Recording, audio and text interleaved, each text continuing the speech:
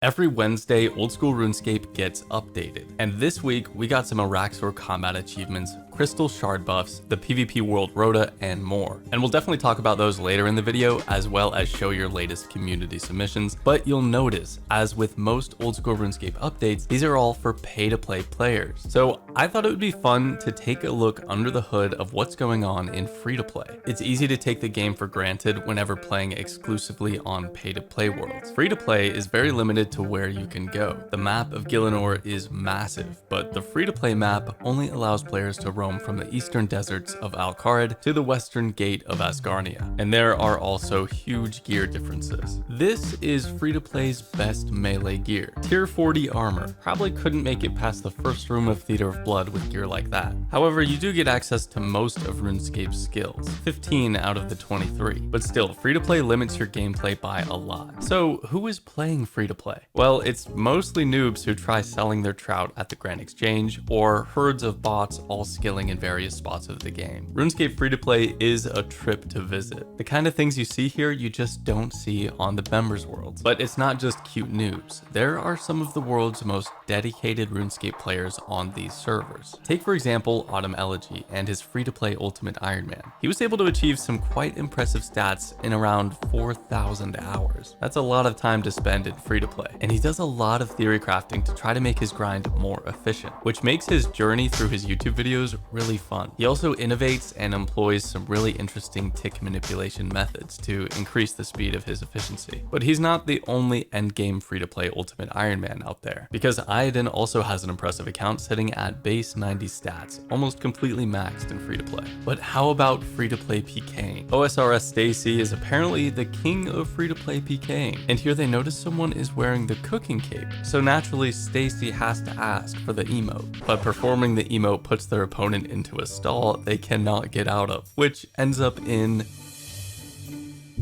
a massive stack.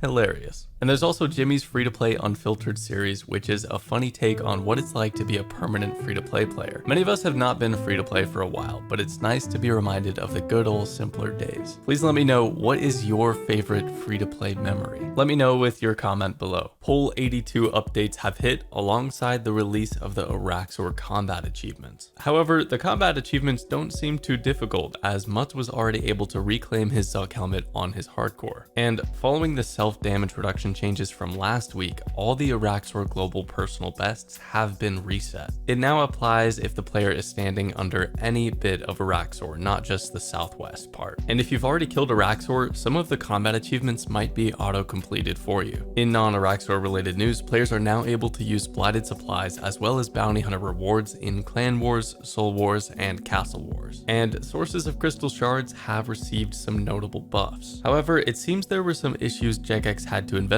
which delayed the update being pushed. However, those issues have been resolved. So Araxor is supposed to require 92 Slayer and a task in order to kill. However, it seems Synq has found a way around this.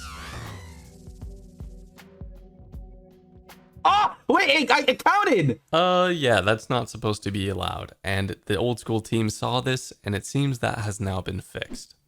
Oh, got it! I got the pet! 3 full halberds, 5 fangs, 3 heads, a jar, and about 400 destroys for the pet. Synq is not even on drop rate for 2 fangs and 2 halberds, but he's got 3 and 5. That is lucky.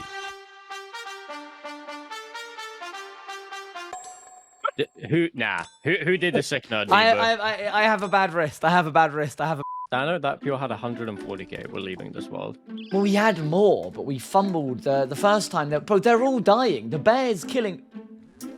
I just got 200k.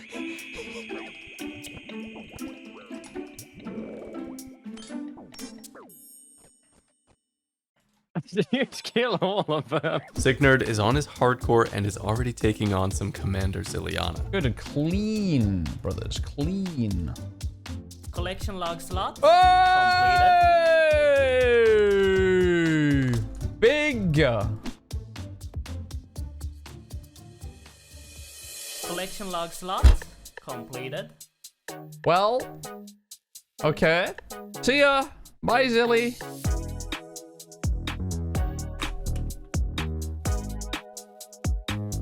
Not again. Why, dude? Why did it take so long to blow up? Matrix and melee. That's fine. I want to see him try. Okay. All right. All right. Message heard. Understood. Tommy is taking on the Colosseum hoping for his first quiver. No! No! Oh my god, no! No way! No! What the f?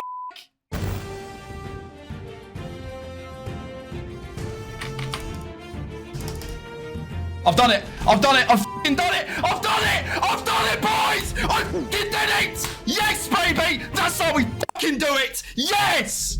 With RS is doing some Theater of Blood on his hardcore Iron Man. Whoa! That's not good.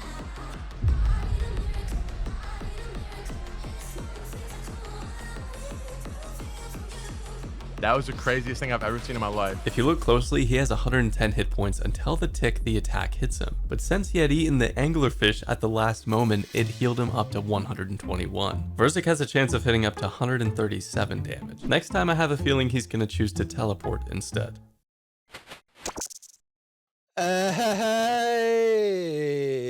That is Badman's 60th pet, putting him back at all pets. Hypogre is killing Zulrah and is hoping to get some upgrades for his teammate. Oh my god, it was worth it. What the f?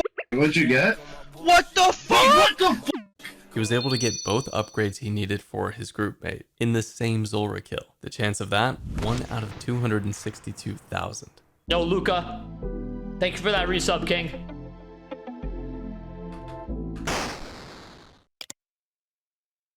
I'll go for it. Why the f not? I killed him. I killed him. Come on, kill him.